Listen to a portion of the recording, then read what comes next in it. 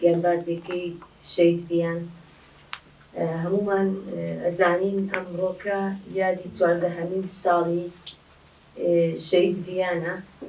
شەید ڤیان کچێکی باشووری کوردستان بووە، خەڵکی سلێمانی بووە، لە سەرەتای مناڵیەوە قوتابیەکی زیرەک و لێهاتوو بوو، هەستی بە ئازارەکانی تەواوی ژنان کردووە. ئەو ژنانە نەبووە کە لە ناچاریە و لە چەوسانەیە و لە ژێر عەقڵیەتی پیا و سالاریە و لە ژێر توندوتیژیە گڕ لە جەستەی خۆیان بەردەدەن. باس بەبیر دەهێنینەوە و سەری ڕێز و نەوازش لە بەردەم تەواوی شەهیدانە دەنوێنین.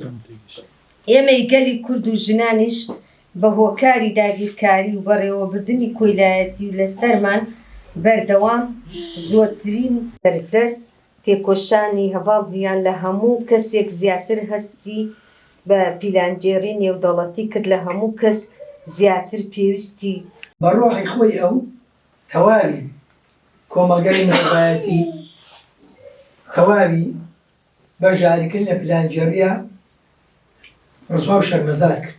بۆیە مانایەکی گەورەی گرنگی هەیە. لەو ڕۆژە هێرشی خیانەتکاری یا جەبهەی پاکداوبوونی پەکەکە هێدیدی بە فراوانە. ئازادی ئەو کچە شۆڕەجێڕانەوە کە بەڕۆی خۆیان گیانبازیان ئەنجامدا لە بەرامبەر بە کردە ئەوی دیکە مێژوێکە لە جێی ژیان مردنی سەپاند لە جێ ڕووناکی ئێمە لە تاریکستاندا لەخۆم کرد کرێن بەجێ